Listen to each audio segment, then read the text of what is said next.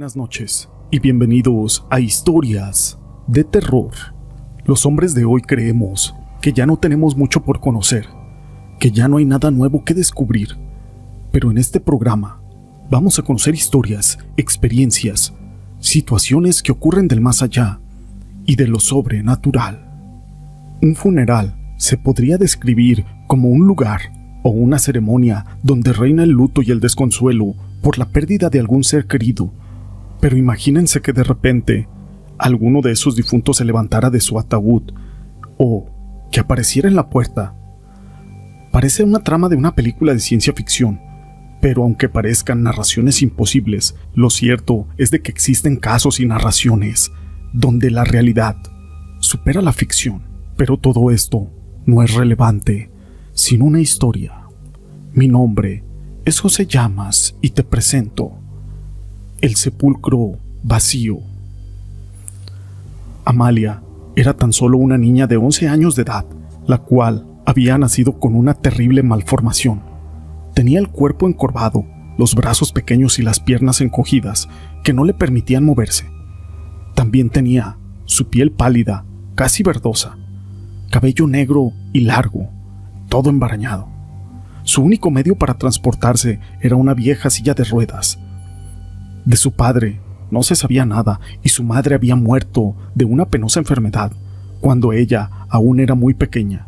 Su único pariente era su amargada tía Gertrudis, que se había hecho cargo de ella, pero en realidad no la quería debido a su enfermedad.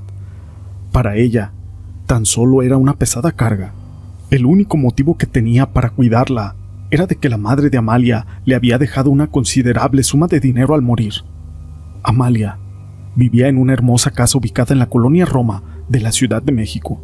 Sin embargo, no podía salir por su frágil salud y no asistía a la escuela. Tampoco tenía con quién platicar y su vida era muy triste y solitaria. Su cuarto quedaba cerca de la calle, donde podía observar a la gente que pasaba. Y ella lo que más anhelaba era poder salir algún día de su casa y poder conversar con alguien. Se sentía tan sola. Aparte de su tía Gertrudis, solo recibía el desprecio y el maltrato. Esta malvada mujer suponía que Amalia tenía una salud muy delicada y que pronto moriría, dejándola a ella como única beneficiaria de todos los bienes. Así que comenzó a alejarla de aquella ventana para que no recibiera ni siquiera la luz del sol.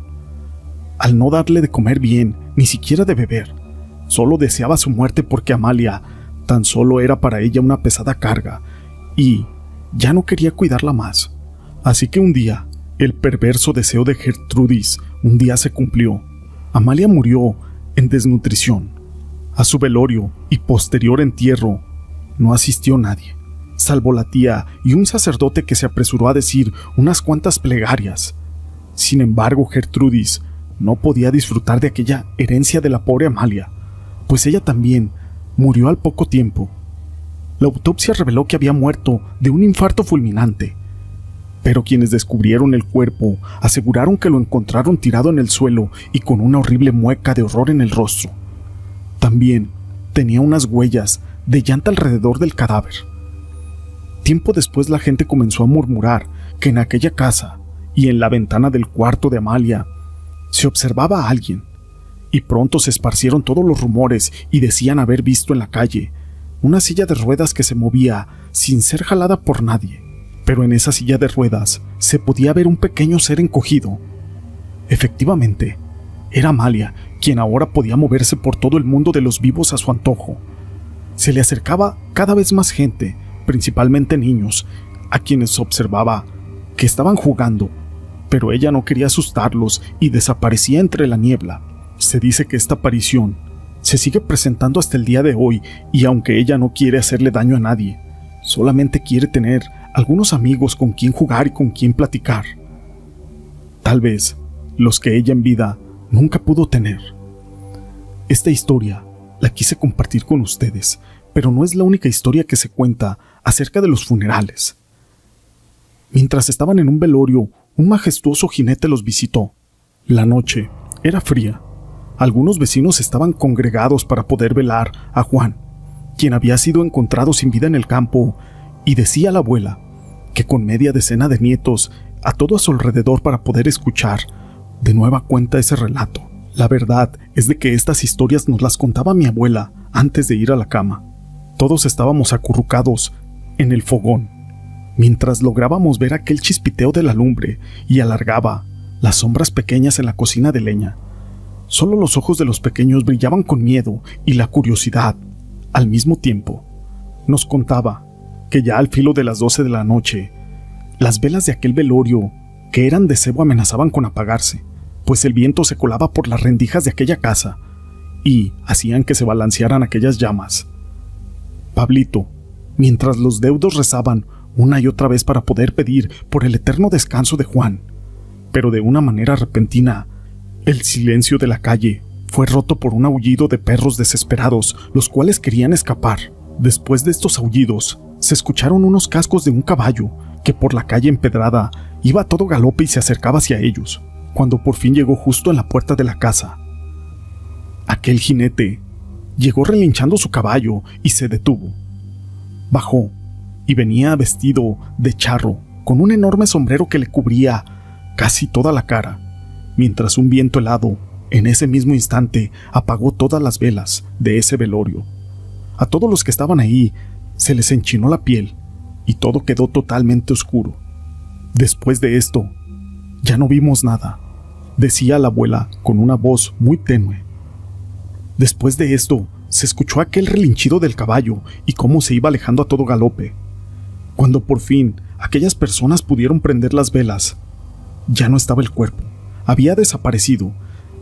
Dicen que se lo llevó el diablo, o al menos eso era lo que susurraba la gente entre ellos y con mucho temor, porque aquel cuerpo ya no estaba, había desaparecido.